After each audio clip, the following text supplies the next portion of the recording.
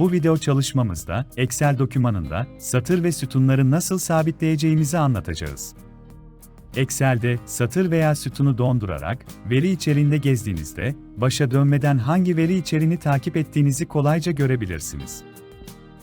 İşlem yapacağınız Excel dosyanızı açın ve üst menüden Görünüm seçeneğine tıklayın. Açılan alt menüden Bölmeleri dondur yazısına tıklayın.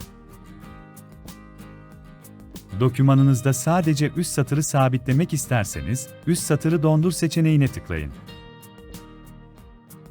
Excel içeriğinizde aşağı veya yukarı gezindiğinizde, üst satır sabit kalacaktır. Excel içeriğinizde aynı anda hem üst satırı hem de ilk sütunu sabitlemek isterseniz, Bölmeleri dondur seçeneğine tıklamanız gerekmektedir. Böylece belgenizde, her iki yönde gezindiğinizde, ilk satır ve ilk sütun içeriğinizi takip eder.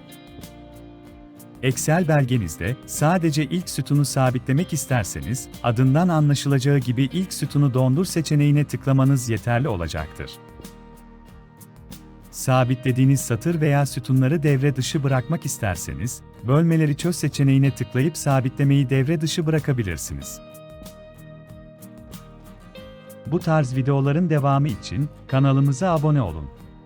Yeni bir videoda görüşmek üzere.